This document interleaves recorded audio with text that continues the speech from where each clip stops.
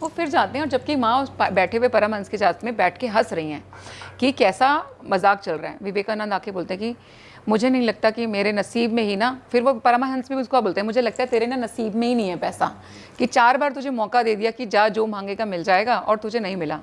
तो विवेकानंद जी वहाँ पर किसी चीज़ को लेकर के वो उनको दिल को आहत पहुँचती है। आपको पैसे चाहिए, आप गरीबी में भी हो, और फिर मैं आपको बोलूँ तेरा तो नसीब ही ख़राब है, तेरे को पैसे नहीं मिलेंगे, तो एक बंदे को अंदर से गुस्सा आ जाता है।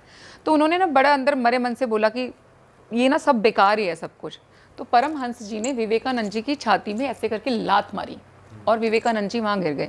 उस लात ने उनकी कुंडली अवेकनिंग कर दी थी, और उस दिन के बाद का दिन आज का दिन है। आपको पता विवेकानंद जी किस चीज़ के लिए जाने जाते हैं, नो लुकिंग बैक था, उनकी स्पिरिचुअल जर्नी उस दिन से एनहांस हो गई।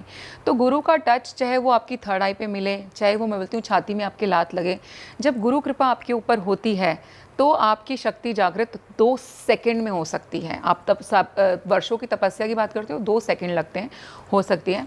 मेरे केस में मैं मानती हूँ कि शायद ये पुराने जन्मों का प्रारब्ध है कि मुझे इस जन्म में महाविद्या की दीक्षा मिली और मैं साधना कर रही हूँ। मैंने शुरुआत बगलामुखी से की थी, बट अभी बहुत रीसेंट टाइमिंग में ही मुझे माँ मातंगी की, बगलामुखी माता को आपने सिद्ध कर लिया? नहीं, सिद्ध नहीं किया है। सिद्ध करना इतना आसान नहीं है। सिद्ध कर लिया होता तो मैं आपके साथ यहाँ नहीं बैठी होती शिव। आप कहाँ होते? बहुत नॉर्मल है, फिर मैं छोड़ छाड़ के सब कुछ यहाँ से चले जाती।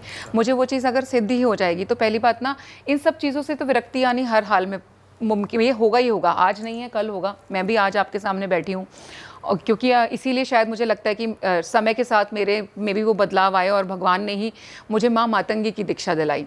तो माँ मातंगी के बारे में बहुत ज़्यादा लोग नहीं जानते हैं। She is also one of the 10 महाविद्या में से एक महाविद्या माँ मातंगी हैं, जिनको उच्चिष्ठा मातंगी भी कहा जाता है।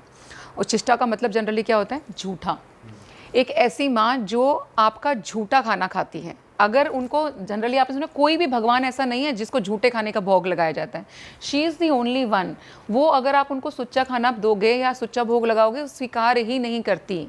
वो पहले आपको खाना है और उसके बाद ही आपको माँ को ऑफर करना है, तब वो स्वीकार करती है। पर इसके लिए भी आपको गाइडेंस मिली थी किसी से कि इनकी भी साधना करनी है? अच्छा है, ऑफ कोर्स नहीं, कोई गाइडेंस नहीं मिली थी, मुझे कुछ नहीं पता था।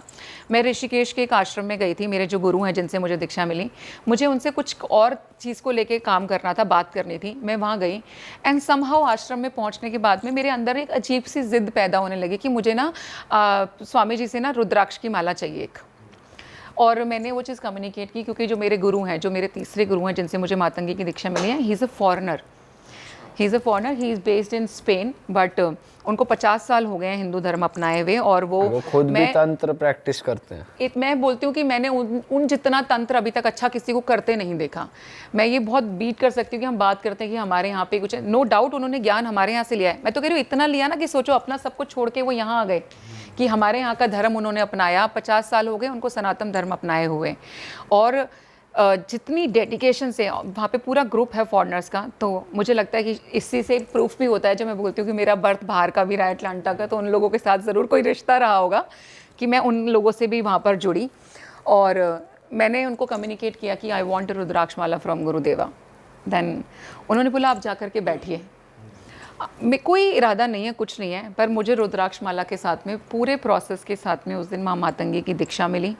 And everybody was shocked, because जो लोग ऑलरेडी उनके साथ रह रहे हैं, वो कई सालों से उनके साथ में हैं, गुरुजी के साथ में। And they were like, because the one my guru sister name is Swatantrata, she was like, and my diksha name is Katyani. तो मेरे उस दिन एक नया नाम मिला, वो है कात्यानी।